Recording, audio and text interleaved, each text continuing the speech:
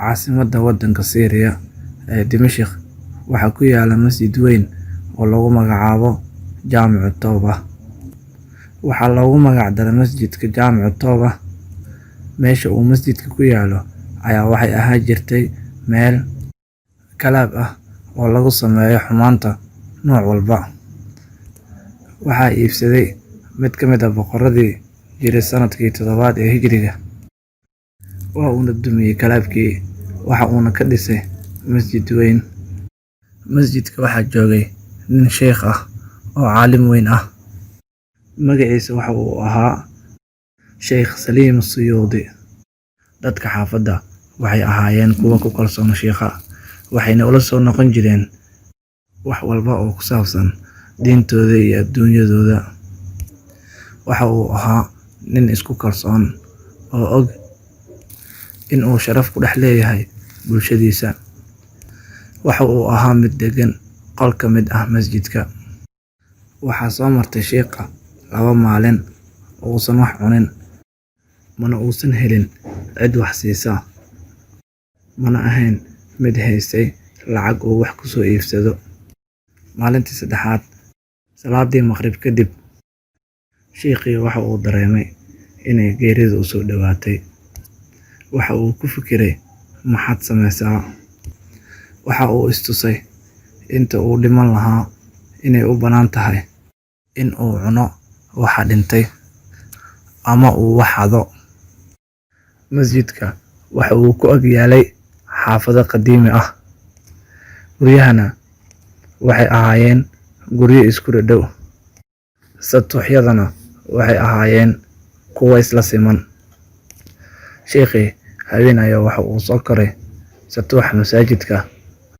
Markii uu soo koray satuuxii, waxa uu fiiriyey gurigii uu u dhici lahaa. Waxa uu arkay mid ka mid ah guryaha. Waxa ay indhihiisa qabteen haween fara badan. Waxa uu ka leexiyey indhihiisa. Waxa uu fiiriyey guri kale oo u dhow. Waxa u soo caraftay cuntadii ay karsanayeen reerkaas. Baahida haysa darteed, caraftii cuntada waxay u noqotay magnad ama birqabato jiidanaysa.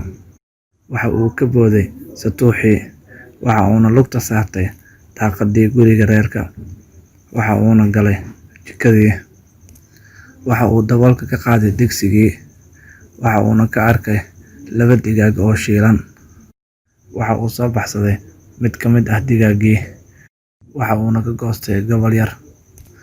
Markii uu laqay, waxaa celiyey caqligiisa iyo diintiisa.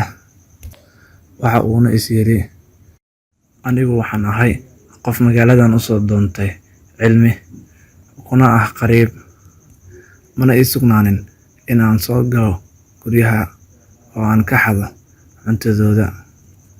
Arrintii uu sameeyey ayaa ka weynaatay. Waa uuna shalayay, Allah ayuuna dambi dhaaf weydiistay. Waxa uuna iska dhigay digaaggii. Waxa uuna ku noqday meeshii uu ka imaaday. Sheekhii waxa uu ku soo noqday masjidka. Waxa uuna soo xaadiray xalaqadii uu imaamka masjidka akhrinayay. Baahida haysa aawadeed, cashirka uu maqlayo ma ahayn mid fahmi kara. Markii uu dhammaaday darsigii oo ay dadkiina kala tageen, waxaa imaatay haweeney asturan. Waxay u sheegtay imaamkii hadal uusan maqlaynin Saliim. Imaamkii waxa uu fiiriyey geesihiisa, mana uusan arkin qof aan Saliim ahayn. Waa uuna u yeeray, waxa uuna ku dhahay, ma guursatay? Saliim waxa uu yiri, maya. Imaamkii waxa uu ku yiri, ma doonaysaa inaad guursato? Saliim waxa uu yiri, sheekhow, wallaahi ma haysto wax yar oo lacag ah. Sidee ayaan ku guursadaa?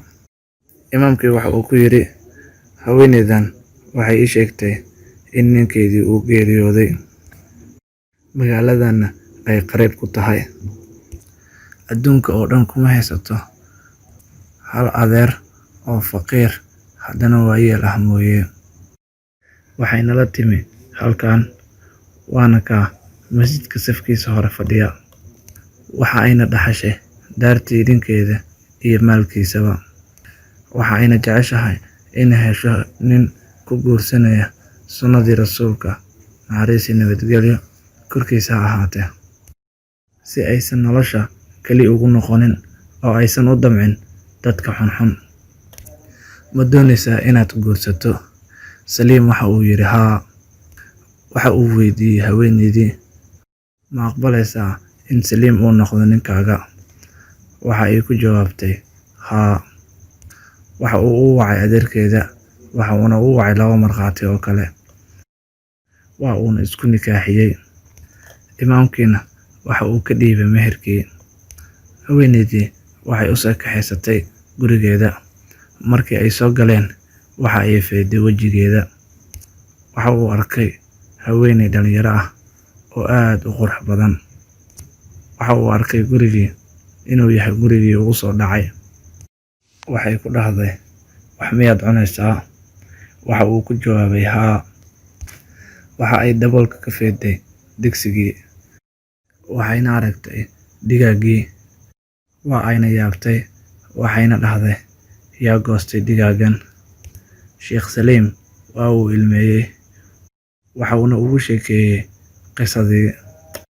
Waxayna ku dhahday, tan waa mirihii wanaaggii aad samaysay.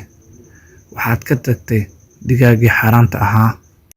Alla waxa uu ku siiyey gurigii oo dhan iyo qoftii iska lahayd, iyaga oo xalaal ku ah.